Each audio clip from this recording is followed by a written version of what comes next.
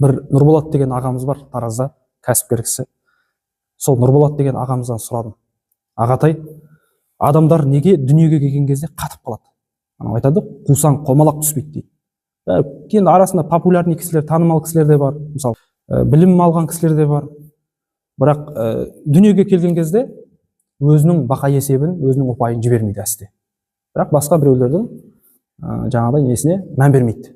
Ақысына, олардың шығынға ұшырап жатыр ма, шығынға ұшырамай жатыр ма деген нәрсеге мән бермейді. Ойланбайды да жалпы. Осы нәрсе неден деп сұрадым да.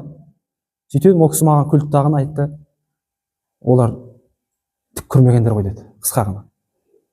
Болды, түсінікті болды. Қазақтан көргенсіз деп айтады ғой. Олар түк көрмегендер ғой деді. Болды. Болды, түсіндім дедім. Түк көрмеген деген мағынасы не ғой? Әлі дүние көрмеген бұрын.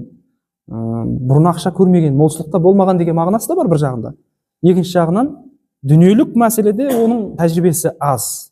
Дүниемен байланысында оның тәжірибесі өте аз. Өйткені Джунайд әл-Бағдади деген әулиелерден болған үлкен ғұлама кісі айтады. Сен маған дейді, пенденің қанша рәкағат намаз оққанын, оның тахаджуд оққанын, ораза ұстағанын айтпай ақ қой дейді. Сен маған оның дүниемен байланысын айтшы дейді. Мен оны саған кім екенін айтайын дейді. Қарасаңшы. Дүниемен байланысы қандай, мәмілесі қандай, соны айта салам мен оны айтамын дейді. Қандай адам екен? Тақуа ма? Деген сияқты. Қандай адам екен, сол кезде белгілі болады дейді да, дүние мәселені шешеді.